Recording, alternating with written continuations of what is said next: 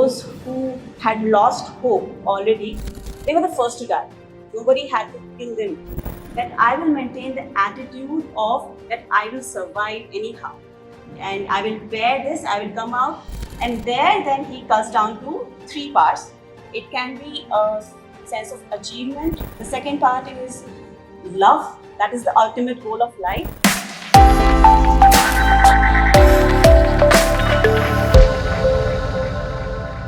The story about the author, and it's about the concentration camp. How has he been experienced in the concentration camp? And then he talks about his theory about logotherapy. And I hope it ignites certain percentage of your brain to read the book. And Ravi is very thin. So it starts with how most eminents of the Jews of that time, they are huddled into a train, 1,500 of them, some being hugely successful businessmen, bankers, presidents, huddled in a train and brought to Auschwitz camp, and where everybody is being singled out and filed, and Nazi soldiers, in the book is called SS officers, they are singling out each and every one of them by just a flick of finger, like right, left. And that's where he was told, the author was told, if you seem to be a little limping also, organs squinting an eye, he would flick your to be selected to the left, which means gas chamber for you. So even if you feel very tired, whatever it is, you have to get the finger flicked to right. So everybody, it was fight or survival, everybody smartly. However, what kind of mental condition they had, they were trying to get into the right line. And in that sense, the turning point that comes to the author is when he was a doctor and he edited a manuscript and he had stolen it and put it in the back pocket. And to one of the old campmates, he's asked, "Can I steal this manuscript to the camp?" And by the way of look of the old campmate, he realized that now his old life is over. No more of the prestige, no more of the doctor. He is just a number. And at that moment, he accepted his new reality that he is a prisoner. He doesn't have a name. He doesn't have any kind of authority whatsoever. Then they were stripped bare, they were shaved off. And at that time, he also, and it's amazing the way the author has been able to depict every single moment of this horrific life experience in a very objective manner. He talks about 3 types of people: those who had lost hope already, they were the first to die. Nobody had to kill them.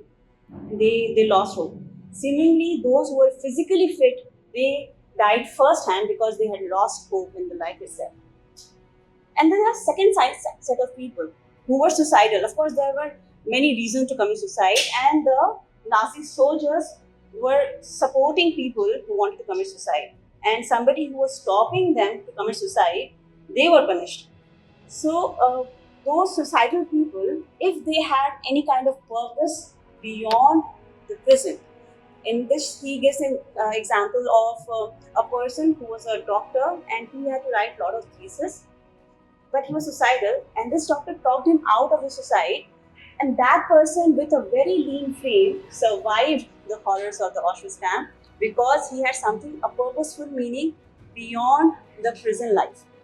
So that's where he quotes Nietzsche here, that the person who has a why to live will bear any kind of how that person is living, be it concentration camp itself. So that was one thing that hit my mind. And if any one of us has a purpose to life, we'll bear any kind of how that comes to us. And this also says, and one thing, at one point in time, he gives a lot of examples how people have been it's a fight of survival in the camp. So there are very few people who are able to go beyond this fight of survival and give hope to other people. And with that, he proves a theory that you can take away all the freedom of yours, but the freedom of attitude and choice still remains, and nobody can take that out from us. Which is why he had chosen that I will maintain the attitude of that I will survive anyhow, and I will bear this, I will come out.